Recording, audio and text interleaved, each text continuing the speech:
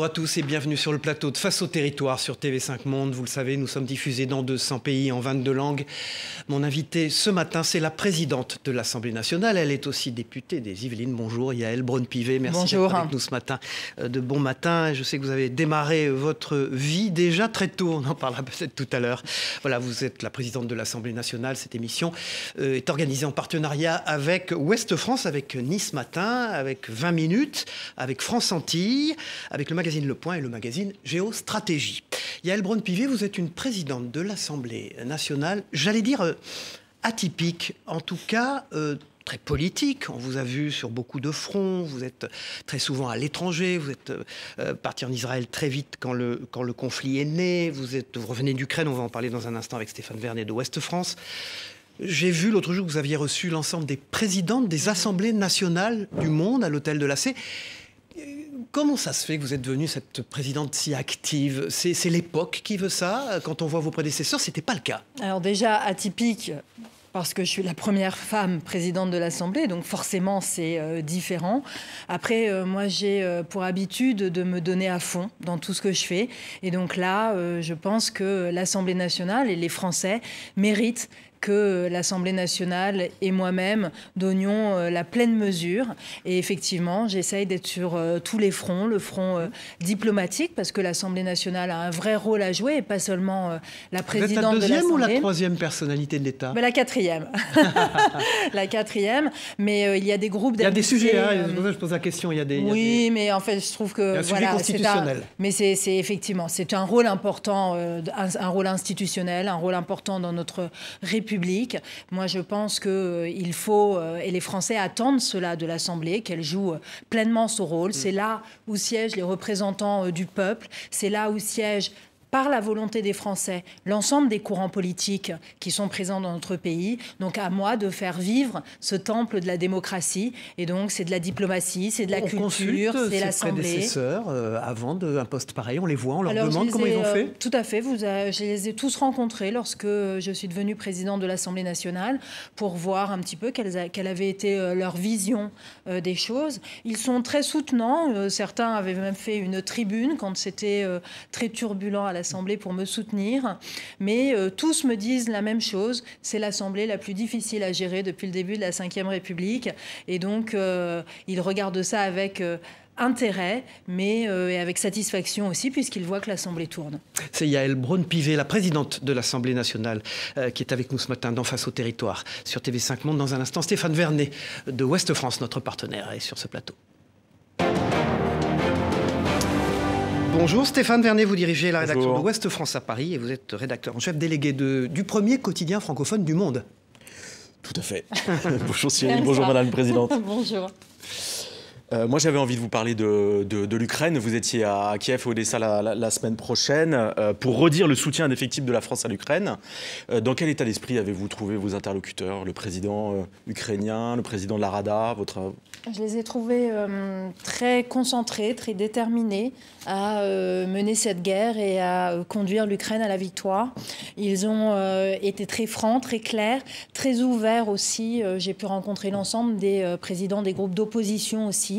On ne m'a rien caché et on m'a surtout exprimé le fait que le soutien de la France tel qu'il est exprimé et par le président de la République, par le ministère des Affaires étrangères, le ministère de la Défense et la représentation nationale, est essentiel à leurs yeux et extrêmement apprécié. J'ai envie de dire, il est vital en fait pour la survie de l'Ukraine. C'est ce qu'ils ont tous exprimé.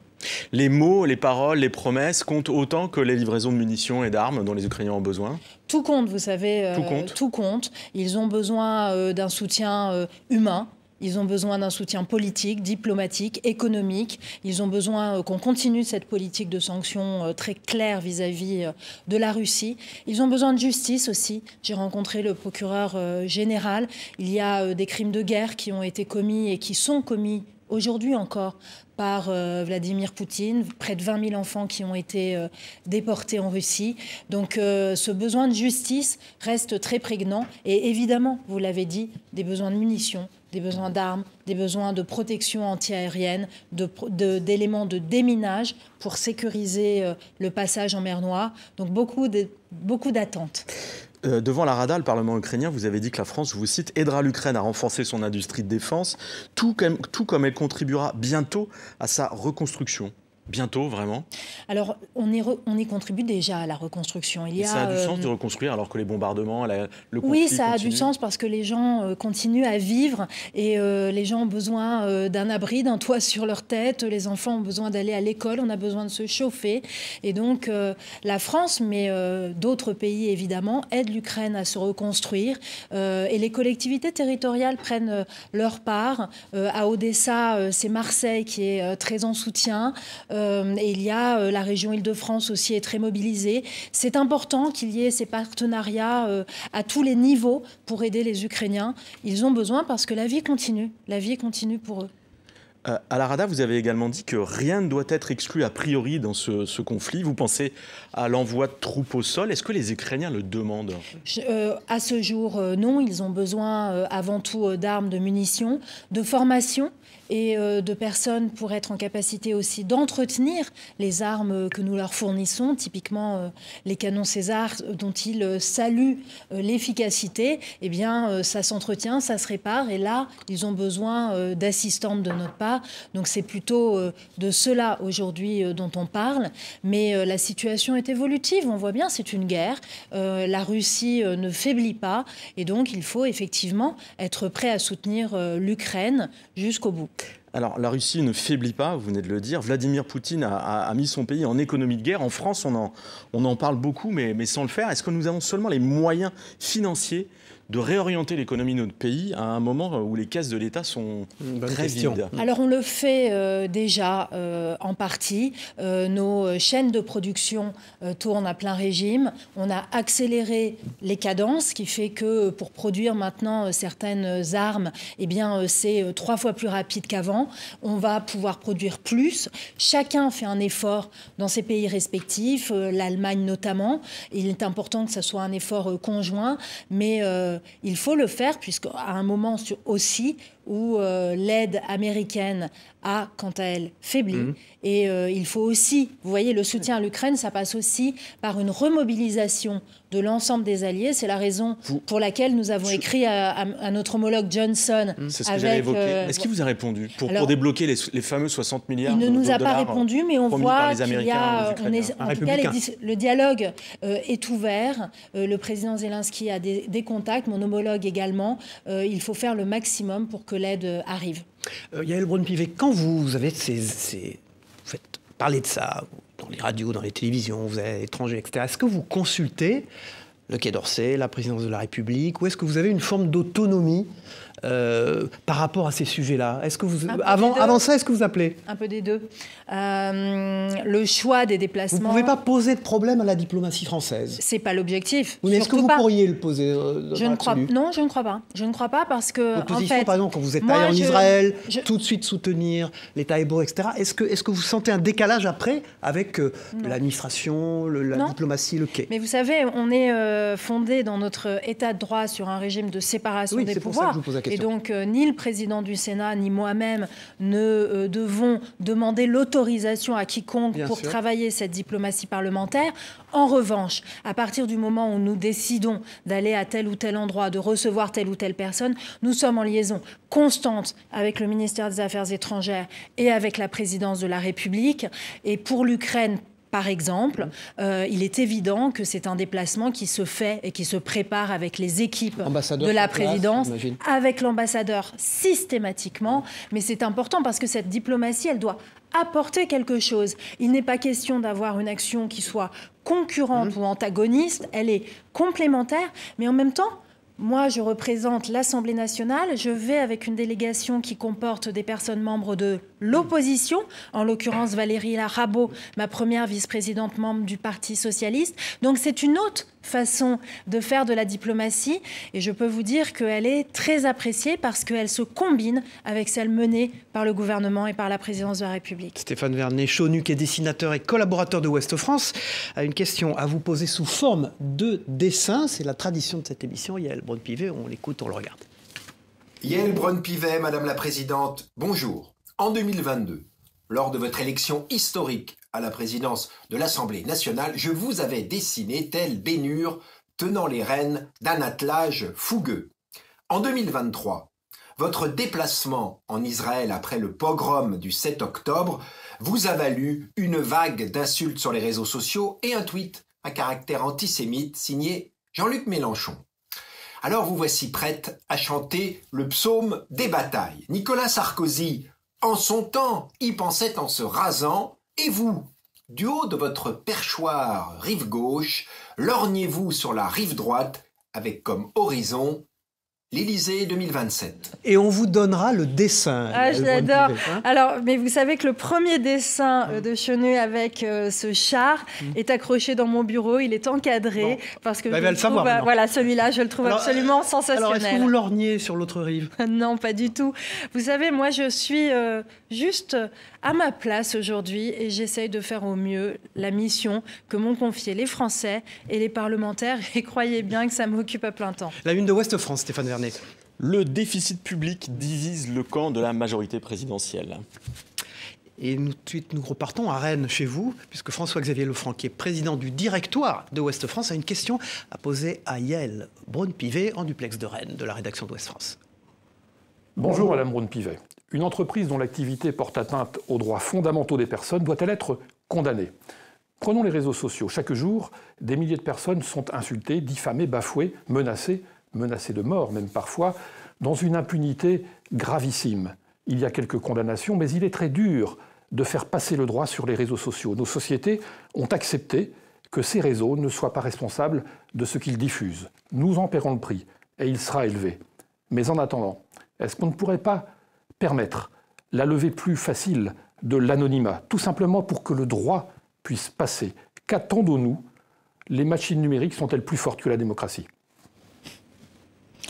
C'est une vraie question. Les réseaux sociaux ne doivent pas être un monde où règne la loi du plus fort et la loi de la jungle. Donc il faut évidemment les réguler. Nous avons adopté un certain nombre de textes sur la lutte contre la haine en ligne et nous avons aussi musclé les moyens de la plateforme Pharos qui peut permettre de mener des enquêtes et de retirer les contenus. On ira vers une amélioration, c'est ça la question. Voilà, il y a une amélioration, je pense, oui. Après, il faut faire attention à la question de l'anonymat. C'est une question extrêmement complexe et ne jamais oublier que dans des pays où règne la dictature, l'Iran par exemple, où des gens se battent pour leur liberté, il ne faut pas non plus que les réseaux sociaux, en levant l'anonymat, fassent qu'ils se mettent en danger eux-mêmes. Donc faisons attention à ce que l'on fait, mais en tout cas vers une plus grande régulation et une plus grande poursuite, en tout cas de ceux qui ont des messages haineux, évidemment. Dans un instant, Floréal Hernandez, le rédacteur en chef de 20 minutes, partenaire de cette émission sur ce plateau. Merci Stéphane Vernet. Bonjour Floréal Hernandez, merci d'être avec nous ce matin. Bonjour. Je vais rebondir sur ce qu'ont dit mes collègues juste avant, sur l'anonymisation, sur les réseaux sociaux. Vous avez porté plainte après des dizaines et des dizaines de députés ont reçu un mail antisémite, à caractère antisémite. Où en est l'enquête aujourd'hui ? J'ai utilisé la procédure de l'article 40 pour ce faire. Je n'ai pas de nouvelles à ce stade, donc je ne peux pas vous en dire plus. Mais en tout cas, ce qui est sûr, c'est que moi, que ce soit des actes qui touchent l'ensemble des députés, quelques députés ou moi-même personnellement, je porte systématiquement plainte et je les dénonce vous êtes très systématiquement. Régulièrement cible de Tout à fait. d'attaque. Que ce soit sur les réseaux sociaux ou par courrier, qui sont adressés directement à ma permanence parlementaire ou à l'Assemblée nationale. Je pense qu'il est important de les dénoncer, de ne jamais courber l'échine, de ne jamais plier et de faire en sorte que la justice soit rendue. Le garde des Sceaux a fait une circulaire pour demander aux magistrats du parquet de poursuivre systématiquement et d'avoir la plus grande fermeté. C'est ce que nous devons faire aujourd'hui. Nous ne devons rien laisser passer dans les discours de haine, que ce soit des discours racistes, antisémites, xénophobes. C'est de notre devoir et c'est une des raisons pour lesquelles, avec le président du Sénat, nous avions initié cette marche le 12 novembre dernier contre l'antisémitisme, parce que nous devons nous dresser collectivement contre ce fléau. Depuis le 7 octobre, il y a eu une montée des actes antisémites. On a l'impression qu'à chaque fois qu'il y a cette montée, après il peut y avoir une décrue, mais la décrue n'est jamais au niveau d'avant, qu'il y a toujours un palier supplémentaire qui est gagné en antisémitisme. C'est difficile de le mesurer, mais ce qui est sûr, c'est que l'antisémitisme, malheureusement, a toujours existé. C'est Sartre qui disait si le juif n'existait pas, l'antisémite l'inventerait. Malheureusement, quelles que soient les époques, le lieu, il a eu beaucoup de formes différentes qui parfois se combinent et se superposent. Mais malheureusement, ça a toujours existé. Mais ce n'est pas une raison pour laquelle il faut baisser la garde ni baisser les bras. On a parlé des élections présidentielles il y a quelques minutes. Les élections européennes sont la prochaine échéance pour les Français et pour les hommes et femmes politiques qui portent un parti. Valérie Hayek estime que Jordan Bardella manque de respect aux Français en envoyant son numéro 2 ou son numéro 3 sur les débats communs. Qu'est-ce que vous en pensez sur les plateaux de télévision ? Écoutez, chacun est libre de la façon qu'il a de faire campagne. Et donc, moi, ce qui m'importe, c'est que la campagne ait lieu, qu'elle porte enfin sur les sujets européens et non pas qu'on en fasse une campagne de niveau national et qu'il puisse y avoir des débats pour qu'on puisse parler projet contre projet. Vous savez, les Français, s'ils se détournent des urnes, c'est bien pour ce type de raison lorsque l'on instrumentalise les élections et qu'on prend un scrutin pour un autre. Il ne faut pas le faire, il ne faut pas prendre les Français pour des imbéciles. C'est un scrutin européen.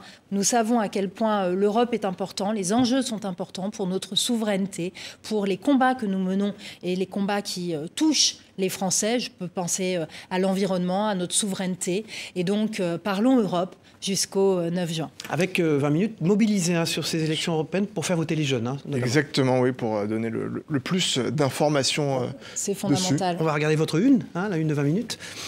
Où on s'est intéressé à la santé mentale des athlètes, avec notamment Simone Biles, donc la gymnaste américaine qui avait fait médaille d'or en 2016 et qui en 2021 à Tokyo n'a pas participé puisqu'il y a eu un burn-out, en tout cas, de son Vous allez suivre ces Jeux Olympiques ?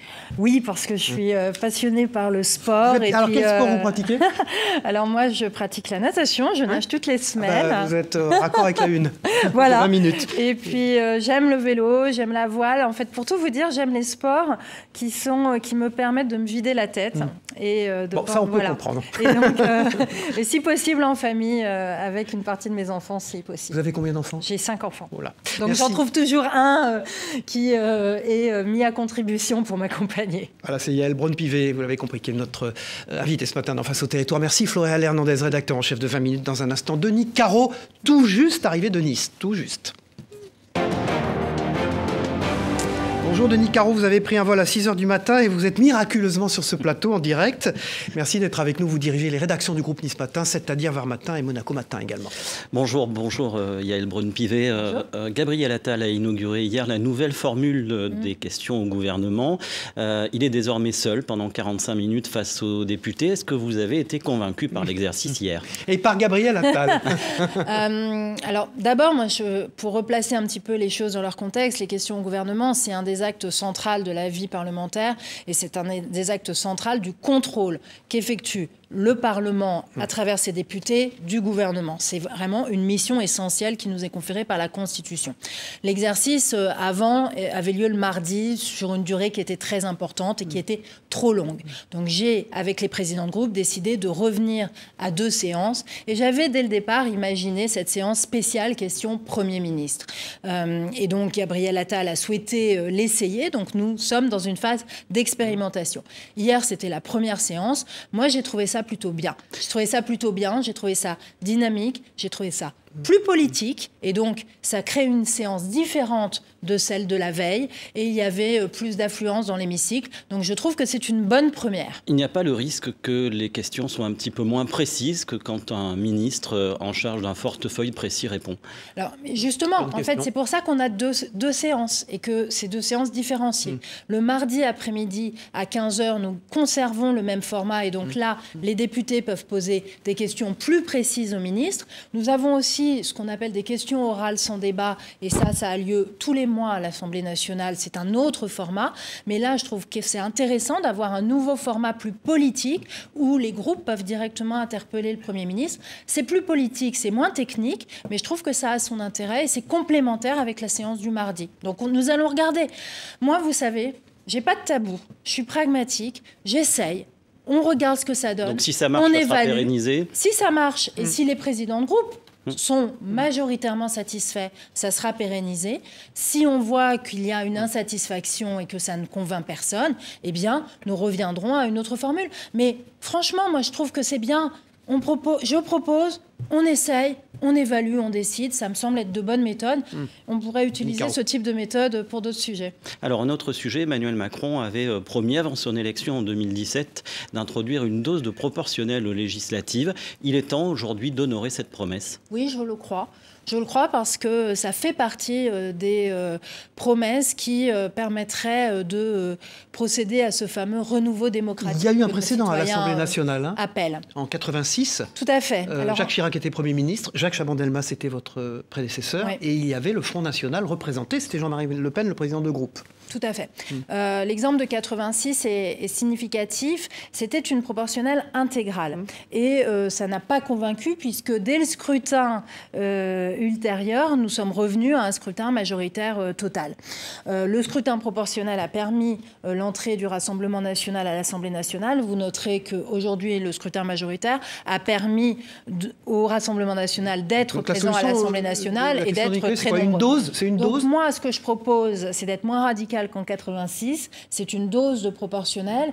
Et pour que ça soit réalisable, parce qu'à nouveau, moi, je suis très pragmatique, on peut être idéaliste, mais moi, ce qui m'importe, c'est de changer effectivement les choses. Et si l'on veut effectivement introduire une dose de proportionnelle avant la fin de ce mandat, il faut procéder, à mon sens, sans redécoupage. Et si on ne veut pas redécouper, eh bien, c'est un système mixte avec une proportionnelle sur les départements les plus peuplés, là où les circonscriptions ont le moins de réalité politique. Donc c'est une proposition que je fais et que je mets sur la table. Je suis en train de consulter les différents groupes politiques. Nous regarderons si nous sommes capables d'avoir une majorité autour de cette proposition. Alors, l'idée, c'est que l'Assemblée ressemble davantage aux Français.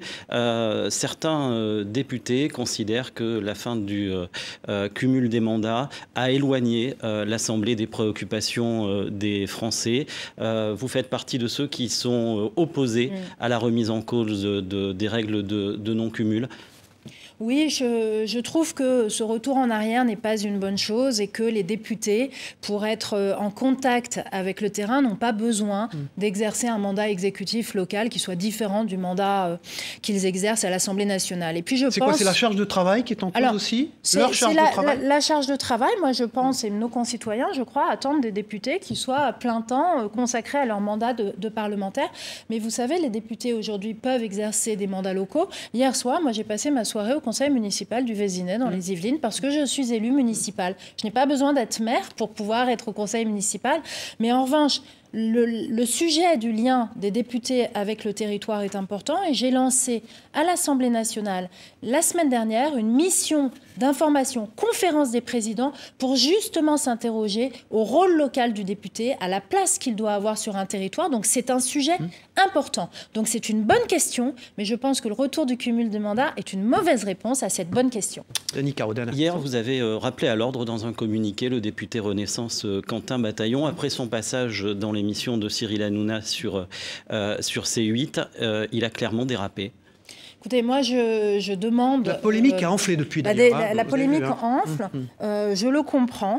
Vous savez, moi, quand j'étais présidente de la commission des lois, j'avais rappelé alors 2 députés qui avaient fait le tour du plateau avant de présenter leur rapport. C'était sur le cannabis. Et c'est quelque chose... Moi, je suis très attachée à l'institution, je suis très attachée à nos règles. Et je considère qu'effectivement, tant que le rapport n'est pas rendu...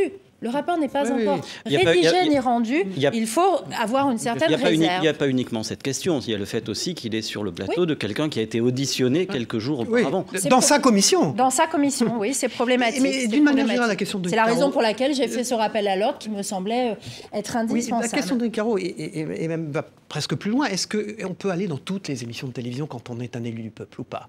Est-ce qu'on peut aller dans des émissions alors, pas spécialement de celle-là, borderline, comme on dit. Mais écoutez, la question se pose sur les émissions, mais sur les journaux de presse écrite. Je pense que les parlementaires et les élus, d'une façon générale, doivent être pleinement libres de la façon dont ils doivent exercer et dont ils exercent leur mandat. Donc je me garderais bien de faire cette espèce de police de la pensée en disant allez là et pas là.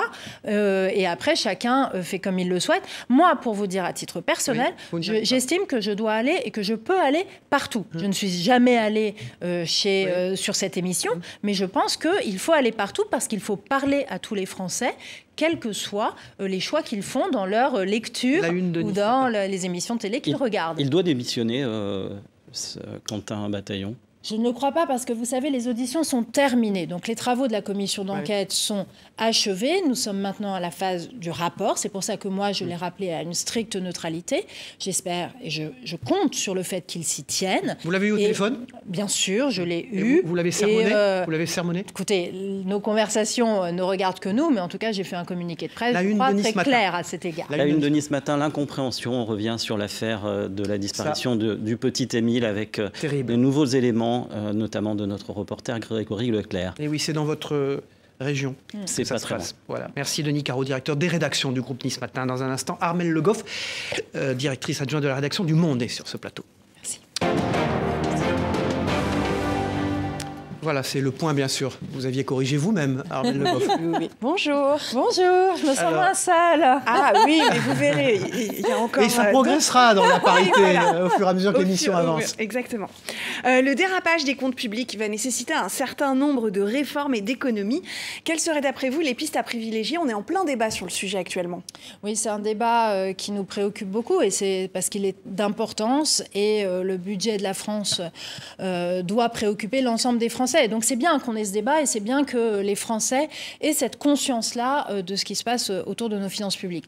Moi, ce que je pense, c'est qu'il faut évidemment que tout le monde fasse un effort, parce que pour rétablir nos comptes publics, parce que c'est un sujet d'intérêt national, parce que si nos comptes continuent à se dégrader, c'est l'impuissance de l'État qui va s'organiser. Et donc, c'est la fin de la souveraineté, c'est une impuissance, c'est les budgets que nous essayons d'augmenter en matière de justice, d'éducation nationale, que nous ne pourrons plus augmenter. Donc, c'est un sujet qui est d'importance cruciale. Le concept de Bruno Le Maire qui dit il faut changer de paradigme, État-providence, État protecteur versus État-providence qu'on avait jusqu'à présent. Qu'est-ce que vous en pensez de ça? Ça vous parle Non, ça ne me parle pas. D'accord. Donc là, il y a clairement dans l'exécutif Après, c'est un livre que Bruno Le Maire a écrit. Ça n'est pas le programme mis en œuvre aujourd'hui par le gouvernement. Mais c'est le ministre de l'économie depuis 7 ans. C'est quelque chose qui m'aurait échappé. C'est le ministre de l'économie depuis 7 ans qui le dit. Mais à nouveau, il dit des choses, mais il en écrit d'autres. Et à nouveau, son livre n'est pas le programme présenté par le Premier ministre. Maintenant, ce qui me semble important, c'est d'une part avoir comme boussole un principe d'équité dans l'effort. Nous ne pouvons pas demander à certains d'avoir l'entièreté de la charge de l'effort de réduction du déficit et de la charge de cette charge-là. Vous pensez à la réforme de l'assurance chômage, par exemple? C'est pour ça que vous n'êtes pas d'accord avec les pistes qui ont été évoquées? Alors, c'est un peu plus compliqué que ça, parce que la réforme de l'assurance chômage, d'une part, je pense qu'on vient de le réformer. La dernière réforme n'a pas encore été pleinement mise en œuvre et elle n'est certainement pas évaluée. Et puis elle suivait d'autres réformes. En plus. Et elle suivait d'autres réformes et on a une logique qui suit le sens de l'économie. Et donc faisons attention à ne pas avoir des grands coups de braquet trop rapides. Je pense que ça, ce n'est pas d'une bonne méthode, quel que soit le contenu de la réforme. Après, sur la réforme du chômage, je pense que tous regardent évidemment et que si nous pouvons faire des économies, il faut le faire, mais le sujet, ça n'est pas le sujet économique par rapport à la réforme du chômage, c'est qu'est-ce que nous pouvons faire pour faire en sorte que les Français retrouvent un emploi. Alors, et ça, c'est la réorganisation de France Travail, c'est la question de la formation, c'est la question du logement, de la mobilité, des gardes d'enfants, pour lever les freins à l'inemployabilité de certaines personnes. Donc, c'est à tout cela qu'il faut s'attaquer, c'est ce que nous faisons. Donc, c'est une réforme globale. J'en reviens quand même sur le principe d'équité, excusez-moi. Il faut que l'effort soit partagé. Il faut qu'on ait une réduction de nos déficits Mais il faut aussi, et c'est ce que j'avais exprimé sur l'augmentation des recettes, que nous n'ayons pas de tabou à cet égard pour voir si nous pouvons rééquilibrer nos comptes par cet effet-là. Donc, également. des taxes sur des profits. Alors, je n'ai pas proposé une solution précise, mais je suis heureuse que sur le principe, je suis heureuse d'avoir été entendue, et le Premier ministre a annoncé qu'il demandait au rapporteur général et à 3 membres de la majorité de travailler sur ce sujet. C'est pas une façon d'enterrer le sujet, en fait? Au contraire, c'est une façon de considérer que, oui, le sujet existe, il n'y a pas de tabou, regardons ce que nous pouvons faire. Et donc moi, en tant que membre de la majorité, je suis extrêmement satisfaite d'avoir été entendue, parce qu'effectivement, il ne doit pas y avoir de tabou. Un autre tabou que vous avez exprimé, c'est les hausses d'impôts sur les classes moyennes. Vous êtes absolument contre, tout à fait. C'est quoi? C'est vos origines venant du Parti socialiste de gauche qui fait que vous avez des convictions très fortes sur ces sujets-là et orientées d'une certaine manière, c'est ça? Alors, l'origine du Parti socialiste, j'ai été membre 1 an du Parti socialiste durant l'entièreté de mon existence. Donc, je ne considère pas que ce soit une étiquette qui doive me coller à la peau en comparaison de mon adhésion et de mon action auprès du président de la République. Moi, si je suis rentrée en politique, c'est justement parce que je ne voulais ni dogme et que je pensais qu'il fallait se rassembler et dépasser les partis. Donc moi, je suis pleinement une vraie centriste, une progressiste et une vraie marcheuse de la première heure. C'est dit. Mais dernière question sur ce sujet tout de même. Emmanuel Macron a pu être présenté parfois comme le président des riches qui avait mis fin à des taxations sur les plus hauts revenus. C'est quelque chose qui vous semble infondé, injuste, et c'est quelque chose sur lequel il faudrait éventuellement revenir? Complètement infondé, parce que Emmanuel Macron, c'est le président de la suppression de la taxe d'habitation, dont on sait à quel point elle était injuste pour les plus défavorisés. C'est la suppression de la redevance audiovisuelle. C'est celui qui a augmenté considérablement la prime d'activité pour les plus faibles revenus, qui a relancé la politique de l'apprentissage avec plus d'1 million d'apprentis. Mais c'est aussi le président du déficit. Donc oui, mais on ne peut pas être aussi binaire et considérer que la politique sociale du président de la République n'existe pas. Autrement, moi, je ne serais plus à ses côtés. Vous savez, c'est quelque chose qui me tient à cœur, et non pas par rapport à une ancienne adhésion, mais par rapport à mon engagement associatif au Resto des Cœurs pendant des années. Et donc, c'est quelque chose que moi, j'allais en parler, ça, qui est vital dans mon engagement politique. La une du Point. La une du Point, on fait notre une sur des révélations concernant l'esclavage sexuel dans lequel ont été réduits des femmes au sein de Daesh. Et aujourd'hui, il y a toujours 2800 femmes et fillettes yézidis qui sont introuvables dans une certaine, quand même, indifférence. Est-ce que c'est quelque chose... Là, c'est la une du Point. Donc, oui, voilà. qui vous parle Ça me parle. Lorsque vous avez parlé tout à l'heure du sommet des présidentes d'Assemblée, on a beaucoup parlé du droit des femmes, de ces femmes iraniennes, de ces femmes yézidis, de ces femmes qui ne peuvent plus, afghanes évidemment, qui n'ont plus accès à l'instruction, qui subissent des mariages forcés. J'avais à l'Assemblée nationale le 8 mars 2023 organisé des tables rondes avec justement des femmes du monde entier. Il y avait une femme yézidite qui était venue porter sa parole. C'est notre rôle à nous de porter leur parole et de leur permettre aussi, quand nous le pouvons, de la porter elle-même. Merci Armelle Le Goff, directrice adjointe de la rédaction du Point. Merci.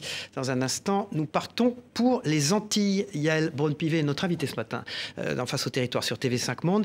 Et c'est Cyril Boutier, qui est directeur éditorial de France Antilles, qui a une question à vous poser depuis Fort-de-France. On écoute. Bonjour Yael Braun-Pivet. Vous êtes au fait des questions ultramarines, puisque je rappelle que vous avez été ministre des Outre-mer quelques semaines avant d'accéder au perchoir de l'Assemblée nationale. Vous continuez bien évidemment à échanger avec les députés de nos territoires. Pour vous, quelle serait l'initiative parlementaire à prendre, s'il n'y en avait peut-être qu'une, ou en tout cas une plus urgente, en faveur des territoires ultramarins?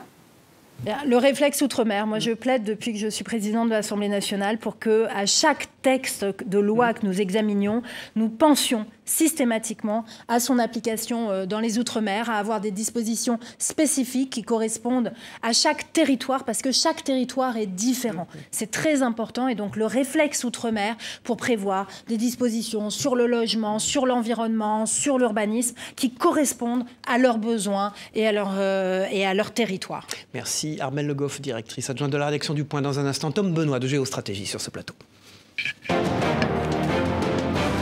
Bonjour Tom Benoît, vous dirigez la rédaction de Géostratégie Magazine. Bonjour Madame la Présidente de l'Assemblée nationale. Alors sur le déficit, naturellement, donc nous avons 5,5 de déficit. Vous êtes déclaré, nous le rappelions précédemment, peut-être éventuellement favorable à une taxation sur les super profits. Bruno Le Maire a signé une tribune dans les Échos hier en stipulant qu'il n'y aurait pas de hausse d'impôts.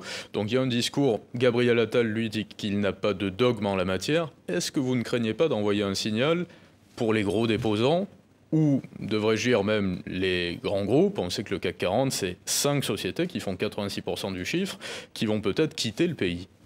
Alors non, parce que les entreprises du CAC 40 sont des entreprises dont je sais qu'elles sont citoyennes.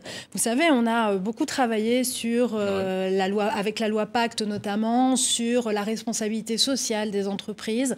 Les entreprises d'aujourd'hui, les entreprises françaises sont de formidables entreprises qui créent de la richesse, qui emploient des milliers, des centaines de milliers de personnes à travers le monde, qui participent au rayonnement économique de la France.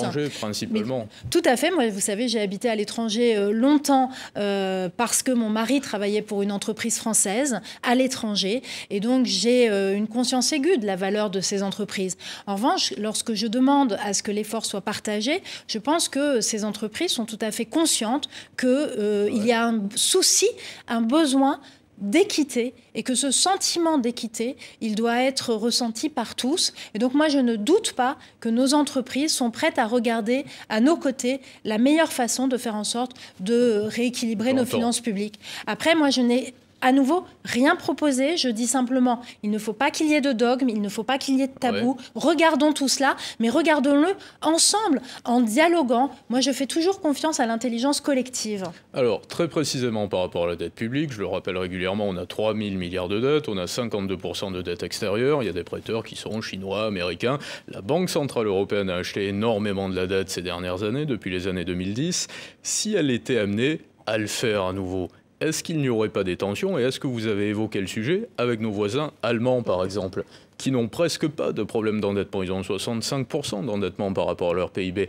Est-ce qu'ils accepteraient que la BCE achète des titres obligataires français, ce qui ferait baisser le taux d'intérêt, naturellement, mais ce qui ferait considérablement baisser la valeur de la monnaie que l'on partage?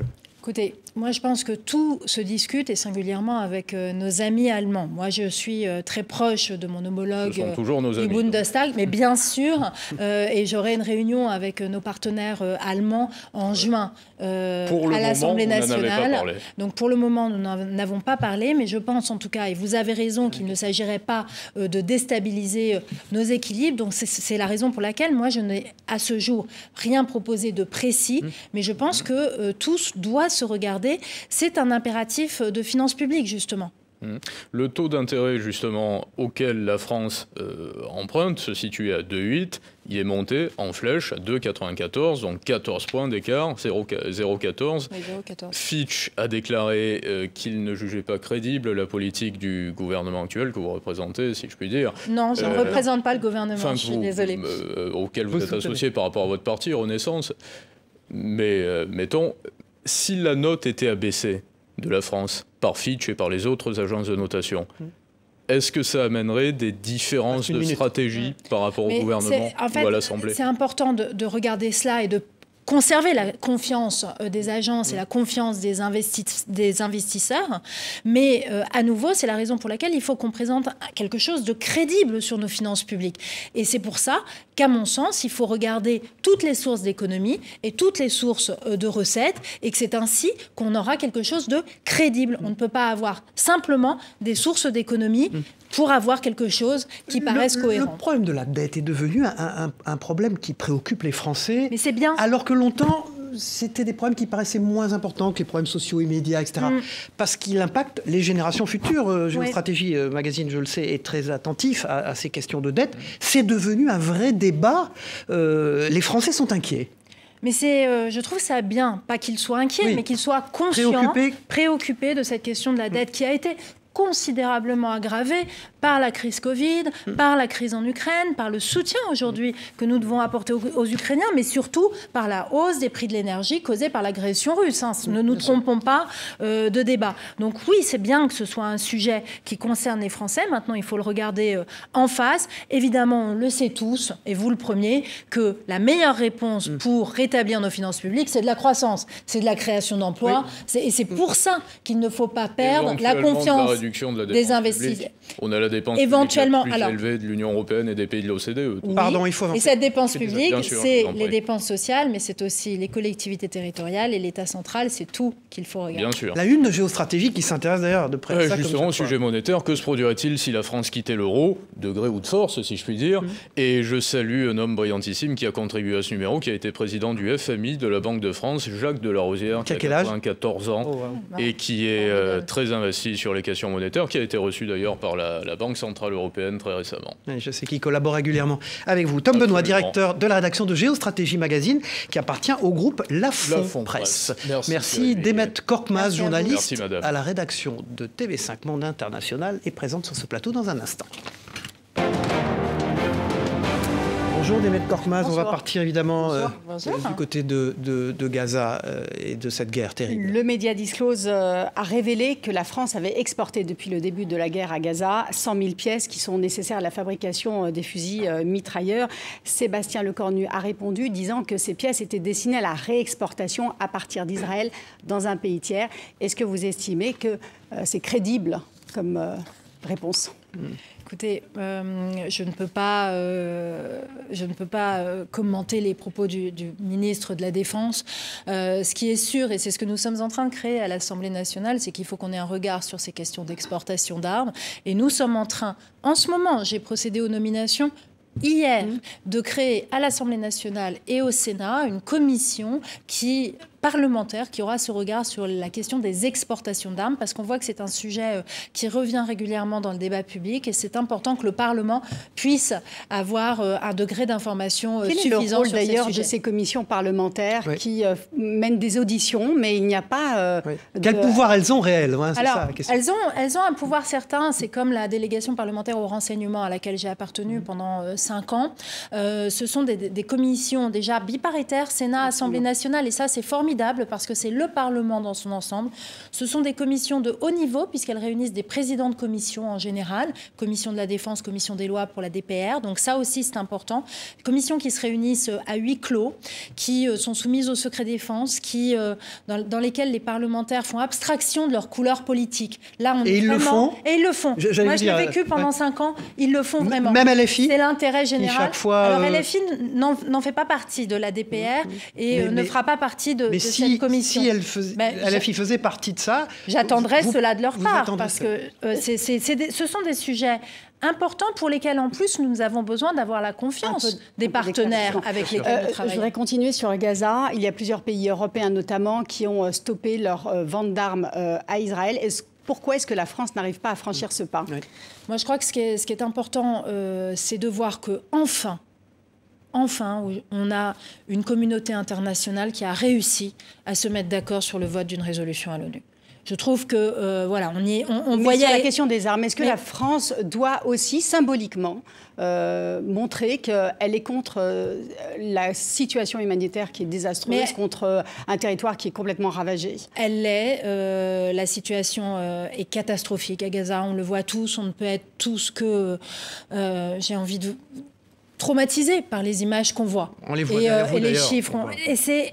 Voilà, vous avez parlé précédemment de votre rôle diplomatique. Vous avez fait plusieurs voyages à l'étranger, on l'a déjà évoqué. Ouais. Pourquoi n'être jamais allé à Gaza ou même en Cisjordanie, dans un camp de déplacés ? Est-ce que ça équivaut à soutenir le Hamas pour vous ? Ce serait interprété comme ça pour vous ? Alors, je ne crois pas. Le déplacement à Gaza, compte tenu de ce qui se passe, ne pourrait pas se faire. Près de la frontière égyptienne, moi, ça n'est pas possible. Moi, je ne suis fermée à rien. Je ne suis fermée à rien. J'ai été en Israël après les attentats, avant l'offensive israélienne, pour manifester mon soutien au peuple israélien après la pire attaque terroriste qu'ils ont eu à subir. Je trouve que c'était important. Je suis tout à fait disposée à manifester évidemment mon soutien à la population de Gaza si l'occasion s'en présente. Moi, je suis quelqu'un de très équilibré. J'essaye de faire au mieux. Je trouve que ce qui se passe en ce moment est grave et il faut que ça cesse. Et c'est la raison pour laquelle... Mais ça fait des semaines que j'appelle à ce cessez-le-feu. Quels sont les critères pour vos déplacements diplomatiques? C'est très aléatoire. Il y a les déplacements qui se font dans le cadre d'organisations internationales, le G7, le Conseil de l'Europe et là, la plateforme de Crimée.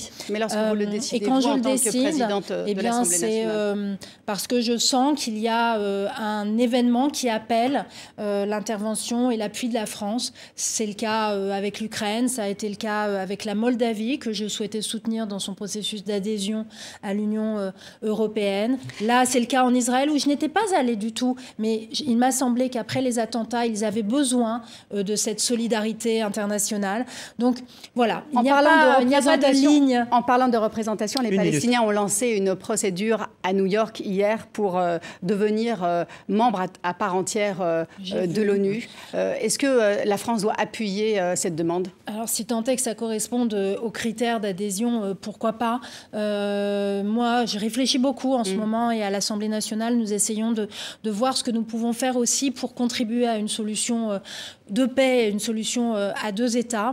Et donc, nous prendrons probablement des initiatives à l'Assemblée nationale dans les semaines qui viennent. Mais en tout cas, c'est important que nous fassions tous le maximum d'efforts. D'une part, ça doit passer par des sanctions. Par exemple, vous avez parlé des sanctions importantes pour l'Ukraine. Est-ce que vous pensez que des sanctions doivent désormais être envisagées également vis-à-vis d'Israël? En tout cas, ce qui est sûr, c'est que là, dans les prochains jours, il faut que ça bouge.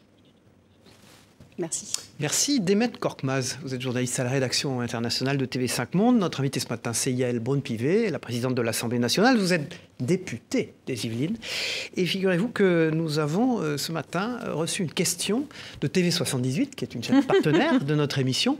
TV78, vous connaissez bien, c'est la chaîne des Yvelines. Et c'est Patrice Carmouze, directeur de l'information de cette chaîne, qui a une question à vous poser depuis TV78. Patrice.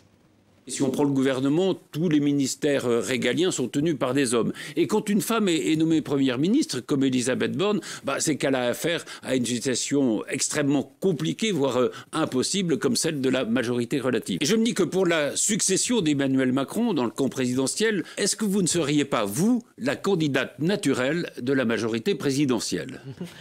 On vous posera et reposera la question. Oui, en fait, ça me met très mal à l'aise, ce type de question, parce que moi, je suis convaincue que les Français, quand ils confient un mandat à un élu, quel qu'il soit, ils sont las que cet élu ne pense qu'à une chose, c'est à l'exercice d'un autre mandat. Donc en fait, je pense que ça participe de la défiance. Et donc c'est pour ça que cette question me met mal à l'aise. Moi, ça fait même pas 2 ans que je suis présidente de l'Assemblée nationale. Et donc, moi, ce qui m'importe, c'est d'être présidente de l'Assemblée nationale et de faire un jour d'être candidate à la présidence de la République. Mais à nouveau, je n'ai pas à l'exclure ou à ne pas l'exclure. La question ne se pose pas. Mais elle ne se pose pas aujourd'hui. C'est normal que les observateurs se la posent. Mais non. Vu ce qui se passe aujourd'hui, la succession d'Emmanuel Macron, les problèmes d'Édouard Philippe. Et c'est trop tôt. On l'a vu au Havre c'est trop hier. Tôt pour se la poser. C'est trop tôt pour se la poser. Je n'en sais rien, mais en tout cas, certainement pas aujourd'hui. Aujourd'hui, les Français attendent que nous exercions pleinement les mandats qu'ils nous ont confiés. Et moi, ils m'ont confié ce mandat de député et ce mandat de président de l'Assemblée nationale. Et ça n'est que ça qui m'occupe matin, midi et soir.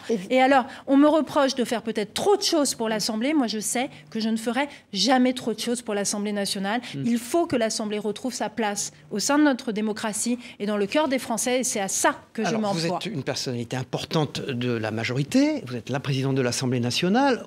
On voit bien que le président de la République va avoir un problème au soir des européennes. Presque pas de légitimité, bien sûr, il est élu jusqu'à la fin de son mandat, mais vous savez, on appelle les présidents américains qui ne peuvent pas se représenter les lame duck, les canards boiteux, car ils n'ont plus de prise sur les choses. Est-ce que vous ne craignez pas ça? Est-ce que vous ne craignez pas, au fond, que le président de la République puisse pas, jusqu'au bout, avoir une prise sur sa majorité. Le risque est réel, on voit déjà, on l'a vu pendant cette émission, des prises de position différentes des uns des autres, un ministre de l'économie qui se distingue de ce que dit l'exécutif, etc., à travers un livre, certes, mais quand même. Est-ce que c'est pas une vraie crainte? Et vous qui êtes aux commandes de faire en sorte que cette majorité fonctionne, est-ce que ça vous fait pas peur, ça? Ça ne me fait pas peur parce que je sais que nous avons le sens des responsabilités et que la situation internationale, intérieure, économique, politique est trop grave pour qu'on prenne le risque de la division et prenne le risque la fin de prendre, de jouer au jeu que vous décrivez. Qui aujourd'hui? Mais aujourd'hui, il n'y a que des débats et les débats, c'est sain. Moi, je suis une femme de débat, je suis une femme de dialogue.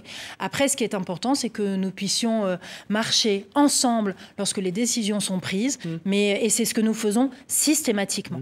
Et vous voulez qu'après que nous débattions, c'est très sain. Vous voulez qu'après lui, ce soit un candidat de cette famille politique qui soit là? Moi, ce que je souhaite, c'est que nous allions de plus en plus vers un système politique où il y ait du dialogue et où il y ait de la collaboration. Donc une présidence moins jupitérienne? Les différents une présidence partis politiques. Moins jupitérienne. En tout cas, une présidence qui a un système politique qui représente davantage le spectre politique et qui puisse avoir une culture C'est une des plus erreurs d'Emmanuel importante Macron, ça, du compromis. D'avoir été un président trop présent? Pas du tout, pas du tout. C'est notre système tel qu'il existe dans la Ve République. Maintenant, à nous de regarder si on ne peut pas travailler davantage à construire du consensus. C'est ce que nous faisons à l'Assemblée nationale, c'est ce que nous faisons avec le président de la République. Continuons ainsi. Beaucoup d'avoir été notre invité ce matin. Merci à vous. Pendant 45 minutes. Yael Braun-Pivet, présidente de l'Assemblée nationale.